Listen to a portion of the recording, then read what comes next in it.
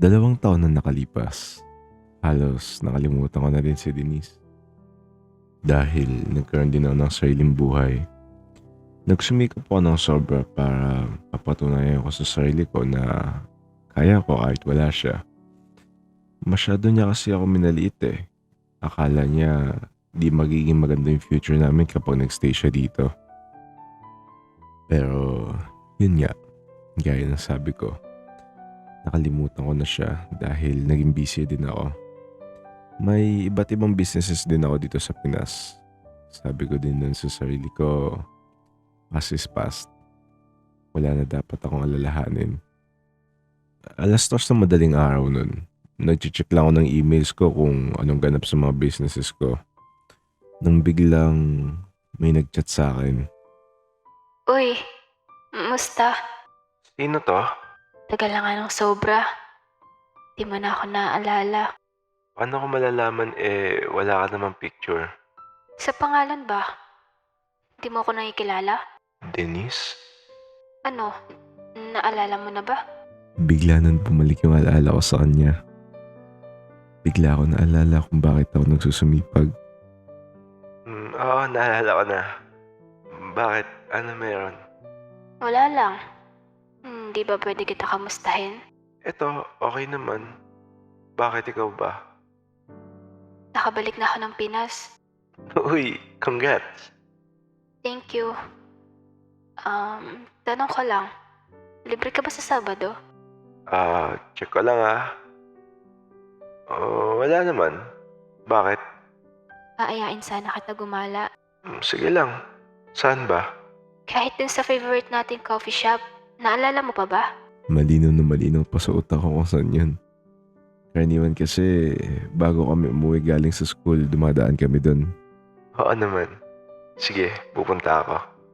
Pumunta ako noon na mas maaga para ako ang unang makakita sa kanya.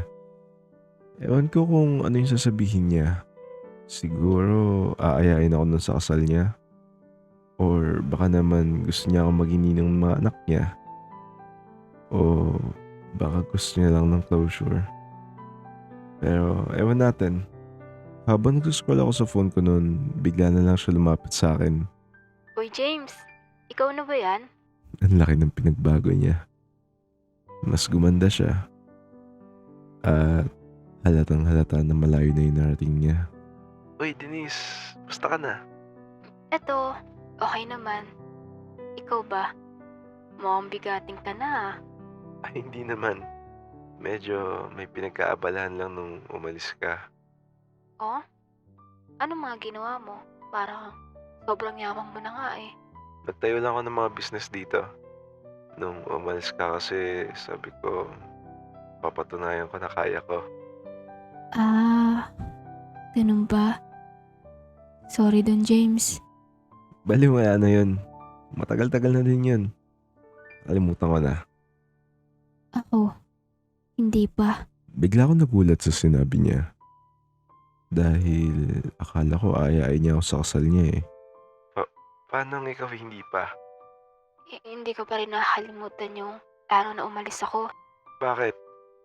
Pagkalis ko kasi, James, nagsisi ako. Kahit nandun ako sa ibang bansa, ikaw iniisip ko. Hinihiling ko lagi na sana pagbalik ko dito, wala ka pang mahanap na iba. Bakit? Ikaw ba? May nahanap ka na ba? Wala, James. Inantay ko tong araw na to. Noong natapos ang kontrata ko dun, sabi ko uuwi kagad ako dito sa Pinas. Ikaw ba, James? Kamusta ka na? May girlfriend ka na ba? Totoo lang, wala din. Inaantay din kasi kita dahil sa'yo nakarating ako sa kalagayan kong to. Naging motivation kita kahit wala ka. Pwede pa ba, James? Oo, Denise. Pwede pa.